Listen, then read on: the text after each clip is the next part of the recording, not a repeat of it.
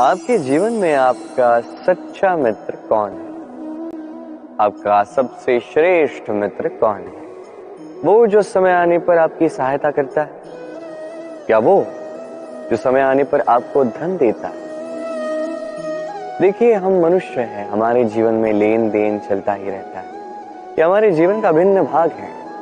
किंतु कई बार ऐसा होता है कि हम उसे ही अपना सच्चा मित्र मान लेते हैं जो हमें एक बहुमूल्य भेंट देता है कि नहीं? अब आपके जीवन में वो बहुमूल्य भेंट क्या है?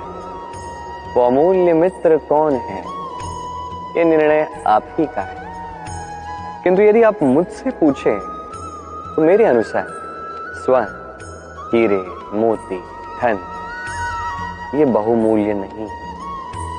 बहुमूल्य है साथ जब आप अकेले हो, समय जब आपको उसकी आवश्यकता हो, समर्पण जब आपको विश्वास की आवश्यकता, जो व्यक्ति आपके प्रति ये 3 गुण रखता है, जो आपके कठिन समय में आपका साथ अवश्य देता है, जब आपको आवश्यकता हो आपको समय अवश्य देता है,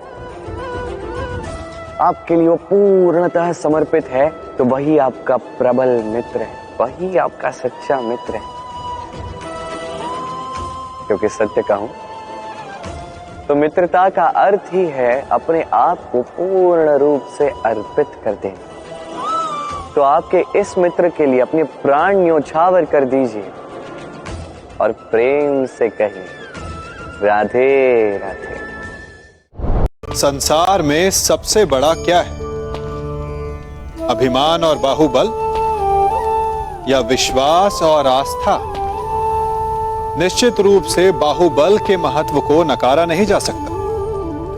मनुष्य अपने बाहुबल से पर्वत को मैदान बना सकता है, सागर सुखा सकता है, मरुस्थल में नदियां बहा सकता है, परंतु बाहुबल को सहारा होता है विश्वास का। यदि मन में विश्वास ना हो तो बाहुबल किसी काम का नहीं। वो कौन सा बल है कि मोर आकाश की ओर ताकते हैं? वो विश्वास ही तो है जिसके कारण वर्षा होती है और दोनों की प्यास बुझती है। परंतु जब पाप के बाहुबल का सामना धर्म के विश्वास से होता है तो बाहुबल हार जाता है और जीतता है विश्वास। विजय होती है आस्था की। यदि आप सत्य के मार्ग पर चल रहे हैं और आप अपने इष्ट में आस्था रखते हैं तो किसी भी पापी का बल आपका कुछ नहीं बिगाड़ सकता। क्षमा बढ़न को चाहिए, छुट्टन को उत्पाद। क्षमा इस संसार में शांति का, सुख का मूल आधार है। क्षमा आपके मन से प्रतिशोध और शत्रुता जैसे भावों को समाप्त करती है। परंतु क्या हर स्थान पर क्षमा आवश्यक है? क्या प्रत्येक का अपराध क्षमा करने के योग्य होता है? नहीं।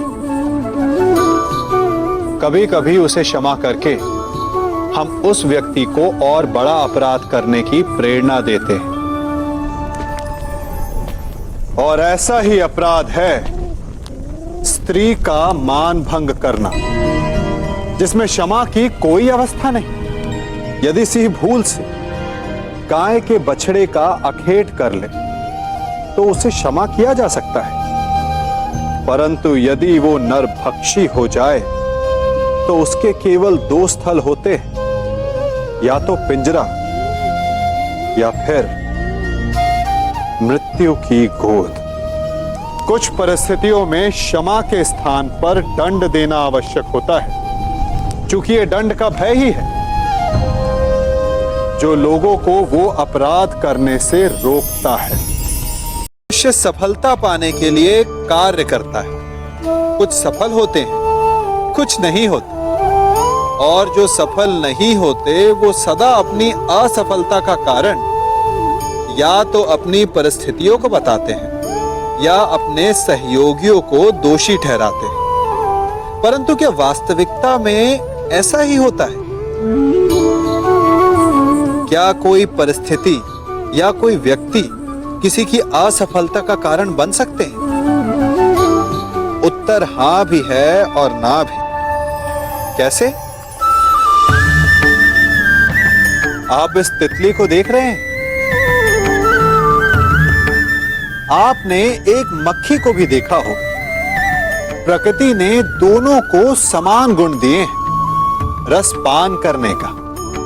एक तितली फूलों पर जाकर उसका रस लेती और इस अवस्था में नए फूल खिलने की व्यवस्था भी करती है। और मक्खी घाव पर बैठती है, घाव को सड़ाती है और रोग भी फैलाती है। यदि इसमें किसी बात का अंतर है तो केवल सोच का। यदि आप उचित मार्ग चुनेंगे तो आपको सफलता मिलेगी, आप में उत्साह बढ़ेगा। और यदि आप अनुचित मार्ग चुनेंगे तो आपको असफलता मिलेगी, निराशा मिलेगी। अब उचित मार्ग चुनना है या अनुचित मार्ग, ये निर्णय तो आप पर निर्भर करता है। कहते हैं एक पुत्र पिता की परछाई होता है और हर परछाई चाहती है कि वो अपना अस्तित्व प्राप्त कर सके। पुत्र चाहता है कि वो अपने पिता की भांति बने या कभी कभी उनसे भी श्रेष्ठ बने, पर इसमें कुछ भी अनुचित नहीं। अनुचित तब हो जाता है जब पुत्र अपने पिता जैसे बनने के स्वप्न को लेकर या उनसे भी श्रेष्ठ बनने के स्वप्न को लेकर अनुचित मार्ग पकड़ लेता है, क्योंकि तत्पश्चात वो ये नहीं चाहता कि वो अपने पिता के गुणों को आत्मसात कर ले। वो बस ये चाहता है कि संसार की दृष्टि में मैं श्रेष्ठ सिद्ध हो जाऊं। ये अनुचित है। संसार में कई सारे लोग इसलिए श्रेष्ठ बनने का प्रयास करते हैं ताकि उनके परिवार के पिता का मान सम्मान बढ़ता रहे। ऐसे भी लोग होते हैं और यही है अंतर उद्देश्य का। स्मरण रखिएगा, यदि आपका उद्देश्य शुभ होगा मार्ग भी शुभ होगा, यदि आपका उद्देश्य अशुभ होगा तो मार्ग भी अशुभ होगा। तो अपने पिता जैसे बनने का प्रयास अवश्य कीजिए, उनसे भी श्रेष्ठ बनने का प्रयास अवश्य कीजिए, किंतु स्मरण रखिएगा आपका संकल्प और आपका उद्देश्य दोनों शुभ होने चाहिए। तो आइए और मेरे साथ प्रेम से कहिए, राधे राधे। शक्ति एक अत्यंत विचित्र वस्तु है, या कह सकते हैं भाव। पिता सदैव चाहता है कि वो अपनी शक्ति पुत्र को सौंप सके ताकि वो शक्तिशाली बने, ये उसके हित में हो। और पुत्र सदैव चाहता है कि उसे पिता से ये शक्ति प्राप्त हो सके, किंतु शक्ति प्राप्त करने के लिए पुत्र होना पर्याप्त नहीं, पात्र होना आवश्यक है। यदि आपको सरलता से समझाऊं तो यदि आप सुपात्र और आपको शक्ति दी जाती है तो आपको उस शक्ति का महत्व ज्ञात होगा, कहां उस शक्ति का प्रयोग करना चाहिए वो ज्ञात होगा, और ये शक्ति अर्जित की हुई शक्ति होगी तो इसका दुरुपयोग नहीं होगा। किंतु यदि यही आप कुपात्र होंगे और यदि आपको शक्ति दे दी जाए तो क्या होगा? देखा जाए तो ये शक्ति आपको दान में ही मिली होगी, तो ना इसका महत्व आपको ज्ञात होगा ना इसका उपयोग आपको ज्ञात होगा। इसका दुरुपयोग होना निश्चित है।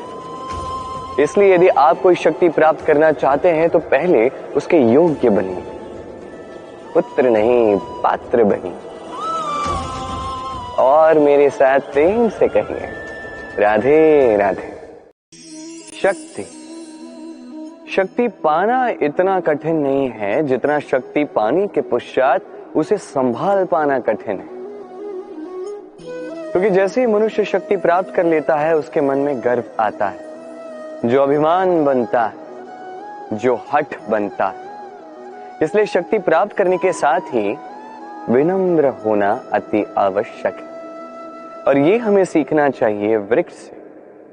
वृक्ष जो हमें फल देता है, वृक्ष जो जितने फल देता है उतना ही झुक जाता है। हम पत्थर मारते हैं उस वृक्ष पे फल प्राप्त करने के लिए, उस पत्थर की मार सहकर भी वृक्ष हमें फल ही देता है। कोई गर्व नहीं, कोई अभिमान नहीं, और इसलिए इसी वृक्ष की पूजा की जाती है। ये होती है महानता शक्ति के साथ विनम्रता की। यदि ये शक्ति सृजन करती है, सहारा बनती है, संबल बनती है, तो ही ये उपयुक्त है। अन्यथा ये शक्ति एक दिन आपको अशक्त अवश्य करेगी। तो शक्ति अवश्य प्राप्त कीजिए, किंतु उसके साथ उस शक्ति को संभाल सकने का विवेक भी आपको जागृत करना ही होगा। तो आइए और मेरे साथ प्रेम से कहिएगा, राधे राधे। आजकल आपने देखा होगा, माता पिता संतान से केवल प्रेम ही नहीं करते, उनके मोह में पड़ जाते।